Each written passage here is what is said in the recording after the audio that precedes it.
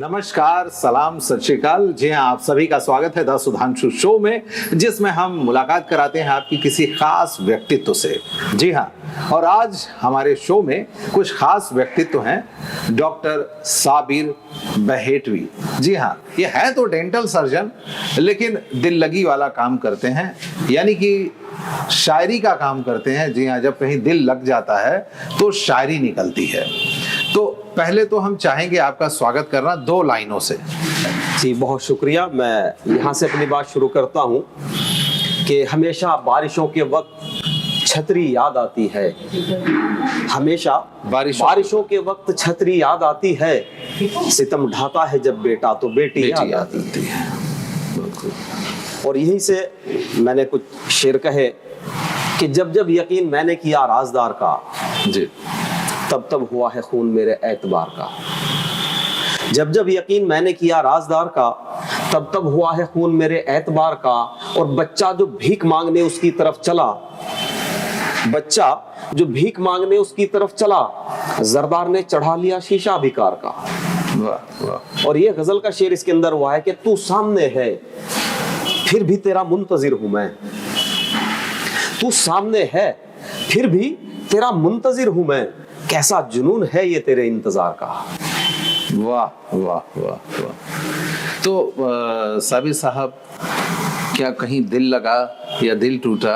कैसे आए dental surgery करते करते इस क्षेत्र में? सर, किसी ने दिल तोड़ा आपका या आपने उसका दांत तोड़ा? सर, मैंने मोहब्बत भी की है। जाहिर सी बात है कि ये कोई आदमी इससे छूता नहीं रह जाता जी, लेकिन उससे हट के मेरे दिल के अंदर जो एक दर्द है वो समाज को लेकर है। जी, मैं समाज के अंदर जब देखता हूँ कहीं कुछ हो रहा है तो ज्यादातर कोशिश करता हूँ कि उसको अपनी शायरी में ढालूं। जैसे मैंने कहा था कि मियाँ तुम दिल को छोड़ो जाने क्या क्या टूट जाता है। जी, मियाँ तुम दिल को छोड़ो जाने क्या क्या टूट जाता है। नहीं कुछ बाकी रहता जब भरोसा टूट जाता है। वाह वाह वाह वाह। नहीं कुछ बाकी रहता जब भरोसा टूट जाता है। और ये कैसा दौर आया है कि अब शादी में लड़के को, ये कैसा दौर आया है कि अब शादी में लड़के को अगर गाड़ी नहीं मिलती तो रिश्ता टूट जाता है। वाह वाह, सही बात है, फैक्ट है। अगर गाड़ी नहीं मिलती तो रिश्ता टूट जाता है। और जैसे ये शेर मेरी गजल के शादियां बेटों की करके ये कहानी हो गई। शादियां बेटों की करके ये कहानी हो गई। माँ जो घर की रानी थी अब नौकरानी हो गई। माँ जो घर की रानी थी अब नौकरानी हो गई। और बुजुर्गों के लिए ये शेर, नस्ले नौ की बदजबानी देखकर बोले बुजुर्ग, नस्ले नौ की बदजबानी देखकर बोले बुजुर्ग, कितनी मुश्किल आजकल इज्जत बचानी हो गई। और जदीद शेर एक इसके अंदर हुआ है कि अब तो मोबाइल की टच पर लिख रही हैं उंगलियां। जी, अब तो मोबाइल की टच पर लिख रही हैं उंगलियां। खत कलम तख्ती स्याही तो पुरानी हो गई है। वाह वाह। और इसी के अंदर एक शेर ये भी है कि जितने घोड़े थे वो सब ये कह के हिजरत कर गए। जितने घोड़े थे वो सब ये कह के हिजरत कर गए। अस्तबल में अब गधों की हुक्मरानी हो गई। वाह वाह वाह। तो अच्छा, ये बताइए कि आप कहाँ से इंस्पिरेशन मिली और कब मिली? किस उम्र में थे आप जब दिल लगा और शायरी की ओर आए? सर, शायरी की तरफ जब मैं आया, मेरा तवील सफर नहीं है शायरी में जी, लेकिन इतना कह सकता हूँ कि मेरे उस्ताद मोहतरम, जिनके लिए मैं ये शेर में पढ़ना चाहूँगा कि है मेरे उस्ताद वासिल और पता कस्बा बेहट। है मेरे उस्ताद वासिल और पता कस्बा बेहट, नाम है साबिर मेरा, बेटा हूँ मैं सुल्तान का। वाह वाह वाह। तो मैं कुछ लिख के लेकर जाता था अपने उस्ताद मोहतरम के पास, तो वो मुझे कह दिया करते थे कि ये आपका सही नहीं है। हमारे यहाँ एक प्रोग्राम हुआ जश्न हामिद बहराइची जी, वो मेरा पहला प्रोग्राम था जिसमें मैंने 1 या 2 शेर पढ़े थे। उस वक्त मेरी शायरी की धीरे धीरे स्टेप बाय स्टेप शुरुआत हुई। तो मेरे उस्ताद मोहतरम ने मुझे ऐसे ही डांट दिया किसी बात को लेकर। तो उस वक्त मैंने ये महसूस किया कि मैं शायरी करूँगा जी। वहाँ से मेरे ऊपर एक जुनून तारी हो गया शायरी सीखने के लिए और शायरी करने के लिए। यही से मेरी शुरुआत हुई। परिवार का कितना सपोर्ट रहता है? सर, परिवार का सपोर्ट, मेरे वालिद मोहतरम जो अब इस दुनिया में नहीं है, आज मैं जो भी कुछ हूँ, आज आपसे मेरी मुलाकात हो रही है, ये मेरे वालिद मोहतरम और मेरे उस्ताद मोहतरम जिनका मैं शागिर्द हूँ, ये सब उनकी दुआएं हैं, उनकी मेहनतें हैं, जो आज मैं आपके सामने खड़ा हूँ। बहुत खूब। अच्छा, ये बताइए कि जिसके लिए आपने शायरी शुरू की, यानी कि मोहब्बत हुई होगी तो कलम आया होगा हाथ में। सर, मेरा वो पीरियड गुजर चुका था। अच्छा, उस समय नहीं लिखी? उस समय कोई शायरी से मेरा चोट उस समय कोई ताल्लुक नहीं था। अच्छा, मोहब्बत से वो एक बचपन का जमाना था, यानी नौजवानी की उम्र, लेकिन वो कुछ खास उसके अंदर मैंने महसूस नहीं किया। अच्छा। चूंकि मैं एक हसास शायर हूँ, मोहब्बत को भी तरजीह देता हूँ, लेकिन मुझे बहुत सारी छोटी छोटी चीज़ें तकलीफ देती हैं, जिनको मैं समाज के अंदर देखता हूँ और महसूस करता हूँ। इसीलिए ज़्यादातर जो मेरी शायरी है आप देखेंगे तो वो उसी टॉपिक को लेके है, मोहब्बत को भी लेके है। जैसे मैंने एक शेर अभी कहा था कि मुझे तेरे तुझे मेरे सहारे की ज़रूरत है। बिल्कुल, मुझे तेरे तुझे मेरे सहारे की ज़रूरत है, वतन को आज फिर से भाईचारे की ज़रूरत है। बहुत खूब, बहुत खूब। और यही से मैंने एक शेर कहा था कि इस तरह देश के हालात बदल डालेंगे, इस तरह देश के हालात बदल डालेंगे, बुग़्ज़ की आग पे हम प्यार का जल डालेंगे, बुग़्ज़ की आग पे हम प्यार का जल डालेंगे, सर उठाने ही नहीं देंगे किसी भी सूरत, नाग हम फिरका परस्ती का कुचल डालेंगे। वाह वाह वाह, बहुत सुंदर, बहुत सुंदर। और यहीं से मैंने एक गजल में एक दो शेर मैं आपको सुनाता हूँ कि हौसलों को जवान रखते हैं, हौसलों को जवान रखते हैं, हम हथेली पे जान रखते हैं। हौसलों को जवान रखते हैं, हम हथेली पे जान रखते हैं, लब पे रखते हैं देश के नगमे, दिल में हिंदुस्तान रखते हैं। वाह वाह वाह वाह, बहुत खूबसूरत, बहुत खूबसूरत। बहुत शुक्रिया इसके लिए आपका। अच्छा, ये बताइए कि अभी तक आपने मंच तो काफी साझा किया होगा? जी सर, बिल्कुल। सबसे मजेदार, सबसे पहला वाकया जो आपने पहली बार कहीं आपने मंच पे शायरी पढ़ी हो, वो कैसा अनुभव था आपका? सर, वो मेरा अनुभव ये था, आपने अच्छा किया ये बात मुझे याद दिला दी। मेरा सबसे बड़ा प्रोग्राम था सहारनपुर में इस्लामी इंटर कॉलेज जश्न अकमल इमाम जी।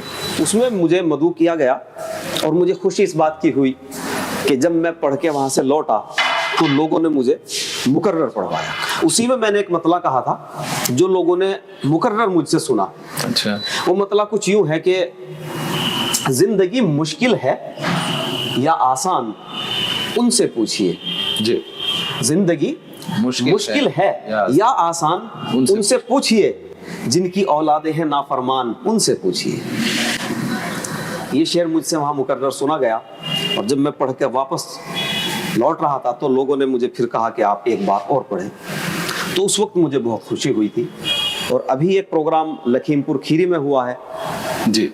तो ऊपर वाले का शुक्र है कि मेरे बुजुर्गों की दुआएं, मेरे उस्ताद मोहतरम की दुआएं मेरे साथ हैं कि वहाँ भी मुझे अच्छा सुना गया।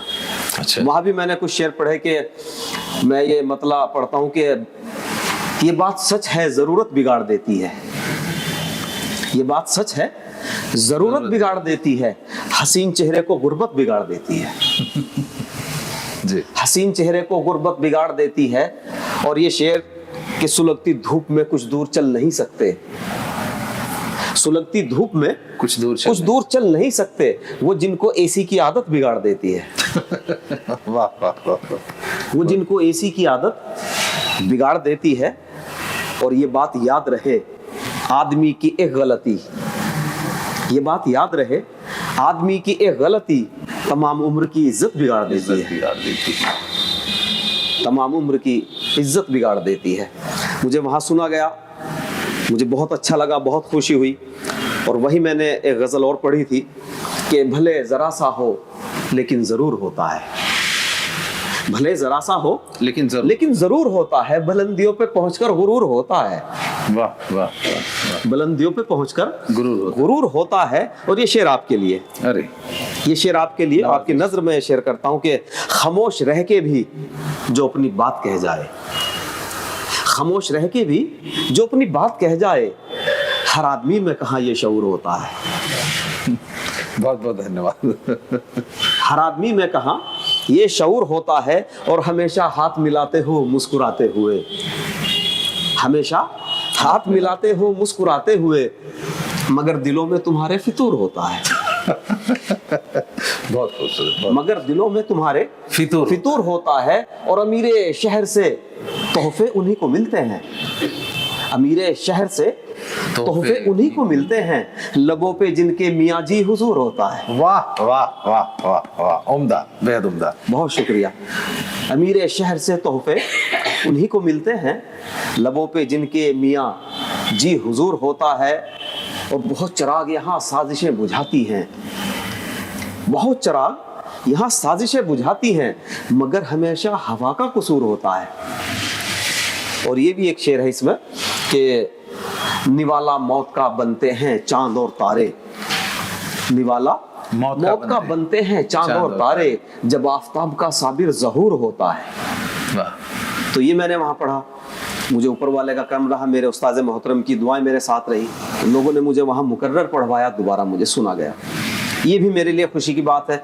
और मैं इसके लिए तमाम उम्र अपने उस्ताद मोहतरम का ममनून और मशकूर रहूँगा कि आज जो भी मैं कुछ हूँ, मेरी मेहनतें इसके अंदर कम हैं, उनकी दुआएं, उनकी मेहनतें मेरे साथ ज़्यादा हैं। उन्होंने मुझे बहुत कुछ सिखाया है। ये सब मेरे वालिद मोहतरम, मेरे उस्ताद मोहतरम की दुआओं का, आप जैसे जो चाहने वाले हैं उनकी मोहब्बतें, उनकी दुआएं मेरे साथ। वैसे सच कहिए तो डॉक्टर साहब, इसमें आपकी मेहनत है, तो हमें ये लगता है कि जब आप इतना बढ़िया कर रहे हैं तो हमारी भी निगाहें आप पर जब गई, तो हम लोगों ने आपके ऊपर रिसर्च करना शुरू किया। तब हमें लगा कि आपसे मिल करके एक बार हम लोग अपने शो में आपके साथ थोड़ा सा एक साक्षात्कार थोड़ा सा करते हैं। आपसे बात करके यकीन मानिए बहुत अच्छा लगा। मैं इसके अंदर बनारस में हूँ, तो मैं एक मैं एक दो शेर सुनाना चाहूंगा उसके बाद में जरूर कि कोयल कूके चिड़िया चहके, कोयल कूके चिड़िया चहके और गाए बुलबुल, ये मेरा देश ब्यूटीफुल है, मेरा देश ब्यूटीफुल। क्या बात है, क्या बात है, बहुत सुंदर, बहुत सुंदर। चूंकि मैं बनारस में आया हूं तो उसके हवाले से मैं ये पढ़ता हूँ, कोयल कूके चिड़िया चहके और गाए बुलबुल, ये मेरा देश ब्यूटीफुल है, मेरा देश ब्यूटीफुल। कितनी मनमोहक लगती है बहती हुई गंगा की धारा, कितनी मनमोहक लगती है बहती हुई गंगा की धारा, मन को मोहित कर देता है सुबह बनारस का वो नजारा। वाह वाह वाह वाह। कितनी मनमोहक लगती है बहती हुई गंगा की धारा, मन को मोहित कर देता है सुबह बनारस का वो नजारा, इस मंजर को सबकी आंखें रहती हैं व्याकुल, ये मेरा देश ब्यूटीफुल है, मेरा देश ब्यूटीफुल। बहुत सुंदर, बहुत सुंदर। चलते चलते चाहूंगा कि 2 लाइन हमारे दर्शकों के लिए आप। हाँ, चलते चलते दर्शकों के लिए मैं ये कहना चाहूँगा कि रुदाद मैं तो अपनी सुनाता रहा, मगर ख़ासतौर से सामीन के लिए ये भी मैं कहना चाहूँगा कि आज जो वजूद शायर या कवि का है, ये बात मैं कहना चाहूँगा, तो वो सिर्फ़ और सिर्फ सामीन से है। हमारे जो वजूद है एक शायरों का, कवियों का, वो श्रोताओं से है, सामीन से है। तो इसलिए सामीन जब नहीं होंगे तो एक शायर कुछ नहीं कर सकता। तो इसलिए बड़ा रोल श्रोताओं का होता है। और मैं ये कहता हूँ कि रुदाद में तो अपनी सुनाता रहा, मगर आंखों से अश्क बहते रहे सामीन की। बहुत बहुत बहुत शुक्रिया, बहुत शुक्रिया। तो अभी डॉक्टर साहब को हम देते हैं यहीं पे विदा। अगली बार हम होंगे एक नए व्यक्तित्व के साथ। तब तक देखते रहिए द सुधांशु शो। नमस्कार।